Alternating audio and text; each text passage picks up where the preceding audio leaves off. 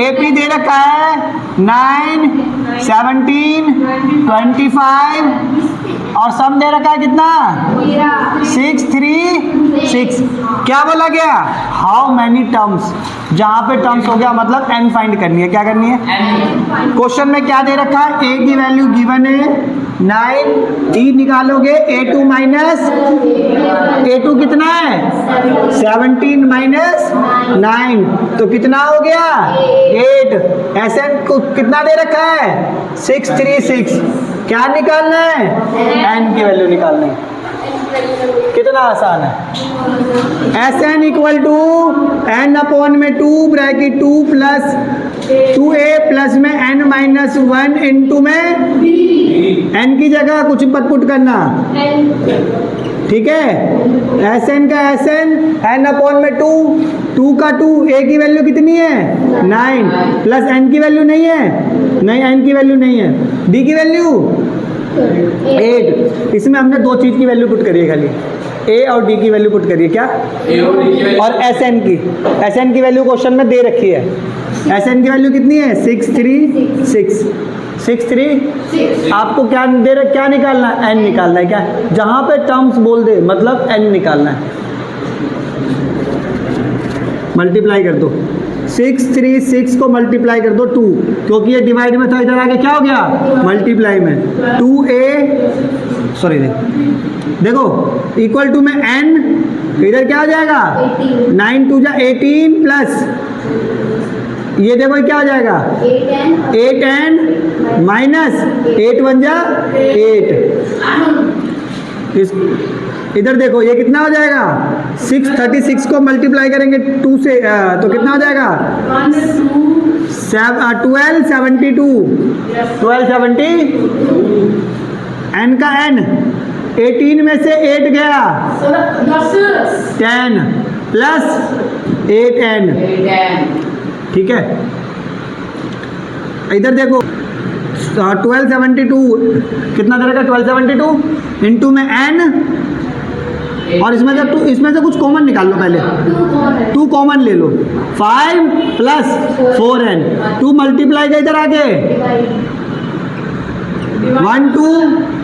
1272 को डिवाइड कर दो 2 से, इधर क्या बचा n 5 प्लस में 4n, इसको इससे मल्टीप्लाई करोगे तो फिर 636 आ जाएगा।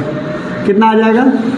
तो 636 इसको इससे मल्टीप्लाई करो 5n प्लस 4n को n से मल्टीप्लाई करो 4n स्क्वायर, ठीक है। कितनी बात समझ आ गई? नहीं आ गई? इसको यहाँ ले आओ, इस साइड चेंज कर दो। साइड चेंज करेंगे तो साइन चेंज नहीं होता है। साइड चेंज का मतलब ये वाली चीज़ इधर और ये वाली चीज़ नहीं।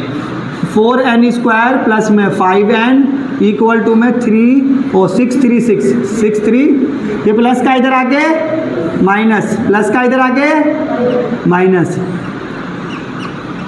इक्वल टू में 0, इक्वल टू में 0। यहाँ तक किसको समझना है? पहले अब हम ना करेंगे, हमने चैप्टर 2 में निकाला था पता है क्या, जीरोस निकाले थे है ना।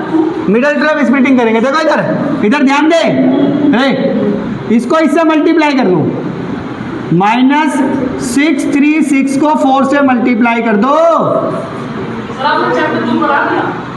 पढ़ा दिया मगर चैप्टर 2 आ नहीं रहा, करने का कोई फायदा नहीं है। सेकंड टर्म का सिलेबस है वो, सेकंड टर्म का सिलेबस है।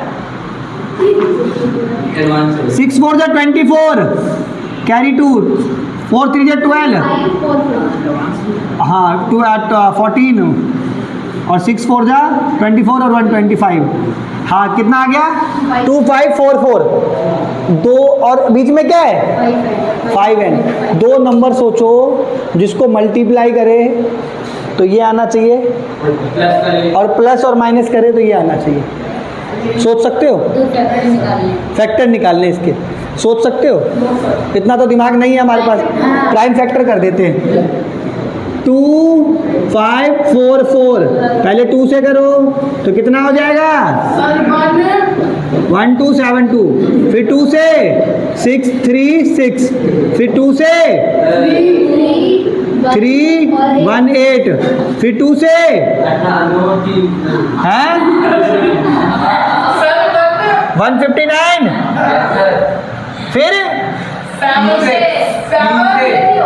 3 से 3 5 या 15, 3 3 या 9 हो गया 50।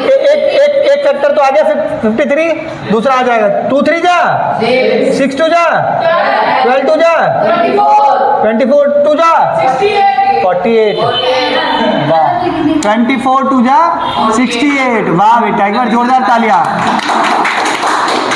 24 2 जा 48, तो दो फैक्टर आ गए, एक 48 आ गया और 53 में से 48 गए, क्या बचा 5, और 53 और 45 को मल्टीप्लाई करोगे तो यही नंबर आएगा। समझ आ गया?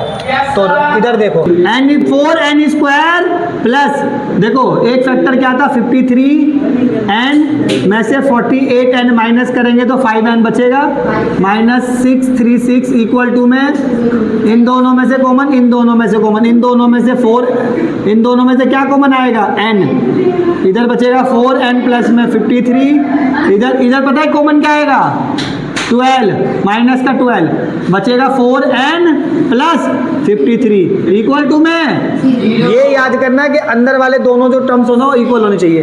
एक क्या फैक्टर आ गया n माइनस 12 और एक आ गया 4n प्लस में 53 इक्वल टू में 0। n माइनस 12 इक्वल टू में 0, 4 प्लस 53 n इक्वल टू में ये 12 माइनस का उधर आके, ये 53 प्लस का उधर आके, 4 मल्टीप्लाई का उधर आके, तो n की वैल्यू ना तो नेगेटिव में आती है और ना अपॉन में, तो ये वाला आंसर तो बिल्कुल ही गलत हो गया दोनों तरीके से, क्योंकि माइनस में भी है और अपॉन में भी है, तो ये आंसर तो हो ही नहीं सकता। n की वैल्यू क्या हो गई, उतारो।